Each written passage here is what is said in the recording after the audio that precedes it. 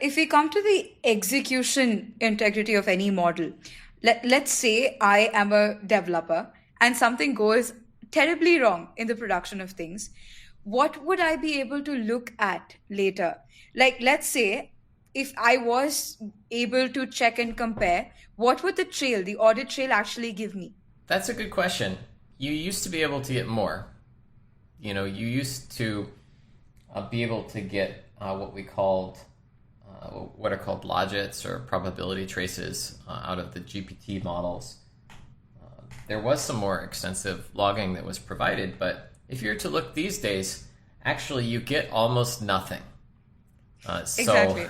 From a major provider, you get a log that a query happened. You get a number of tokens that you provided that went in, and you get a number of tokens that they say went out. And crucially, you don't actually get all the output tokens, because what these models do is they think to themselves, they reason, they produce a lot of tokens that way, but those tokens aren't shared with the user. So actually, you're fully trusting the provider when they say, yes, we consumed 300,000 tokens in order to produce this response. So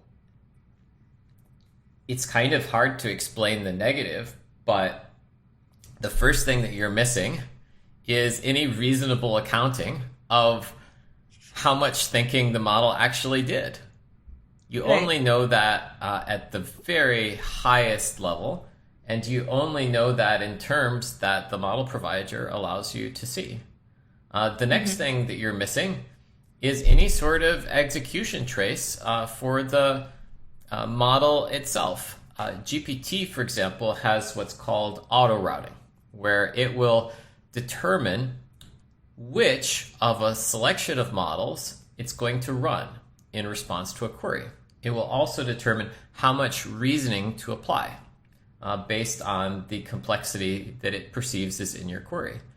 And actually get no logs about which models were chosen and how much reasoning was actually applied to our query.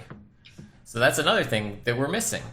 Another thing that we're missing is we are not told what compression was applied to the model that actually ran. So for those who may be unfamiliar, models take up a lot of memory in GPUs, and GPU memory is incredibly expensive. In fact, GPUs have eaten up so much of the world's memory demand recently because of the demand for machine intelligence that regular consumer memory prices are expanding. And so there's an economic pressure for model providers to compress these models down, which reduces their intelligence, but also reduces the memory demands they make on hardware. And they are not transparent about when they do that. And the result is that that's another thing that we don't get any information about. Then there's another thing that we don't get any information about, which is whether or not the exact prompt that we put in was actually the prompt that was run on the model. Now, a trivial example of this is if you're using ChatGPT's image model, you may notice that you can put in a very simple prompt, like draw a picture of a monkey eating a banana, and you will get a vastly detailed result. And you may wonder, how is that happening?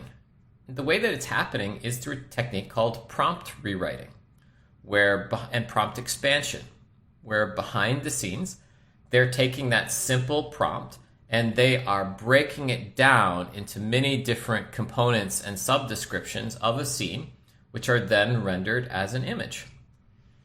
That's a trivial example, but other examples could be more serious. For example, you may have a question about the stock market, about something that's happening with, let's say, Apple stock. And the model behind the scenes may rewrite your query and say, well, Don't give the user in your response anything that could be construed as financial advice. In other words, it may change its instructions to itself in a way that go against your interests with no transparency back to you. And so if you kind of follow that chain through, what that means is you're paying for an entirely opaque service that may actually go against your financial or economic interests because those are clashing with those of the provider, and you will get no insight into how those collisions were resolved. Maybe they resolve in your favor, maybe they don't. So that's a huge gap. Like, you don't know how your prompt was rewritten. You don't know what safety guardrails were applied to your prompt. You don't know what additional instructions the model provider injected into the execution of that prompt. So that's one thing. But then another thing that's missing is actually you don't know what context was provided alongside that prompt. So you may upload a document. You may upload a PDF document. You want the artificial intelligence to read the entire document, consider it carefully as it formulates its response. But that's expensive. Taking a whole document, ingesting it is really expensive. And so what the provider may do behind the scenes is cheat a little bit, summarize your document, reduce the complexity of it, or just use snippets of your document as the input instead of the whole document. And that's really good for them. That saves them a lot of money on memory, what we call the key value cache. But it kind of deprives you of a complete response that could be better than the response that you got. So I could go on and on. There are all sorts of things that are omitted and changed, but at a very high level, you only know that something that vaguely resembled the query that you were posing was actually executed. And you have no idea about the implementation details of that, which I just want to emphasize is a really unique situation in the history of IT infrastructure. Right. If you look at something like Amazon, they bill you by the second for Lambda, which is a serverless product. You can consume database services from them and know exactly what tables were queried, how long it took to execute those queries. You're billed for that. For many software as a service products, the same thing is true. Like, if something is affecting your cost basis, then you know about it.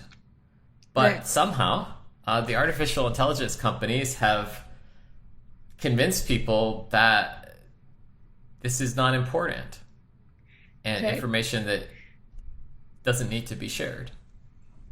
I think there's soon going to be like a tragedy of the commons, I would say, where everyone is going to have like spamming cheap inference, and then the quality of service is going to collapse terribly.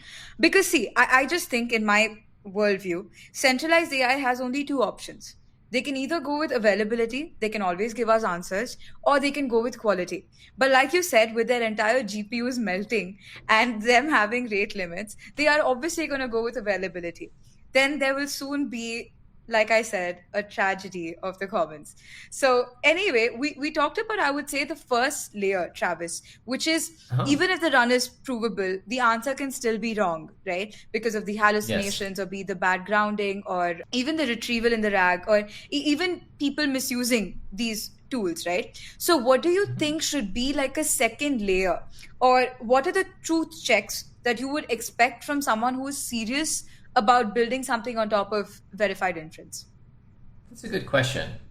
So, I want to underscore that verified inference is beyond what anyone in the industry does today from an IT standpoint. So that is a fundamental step forward, and I think a necessary one. Otherwise, you end up in the position that you're talking about, where it's a race to the bottom with Correct. opaque infrastructure providers who have misaligned incentives. So that's a huge step of verified inference. But then you can't stop there, obviously. And I think that there are a number of components that you can build on top that are helpful. And of course, as always, it depends on what your goals are.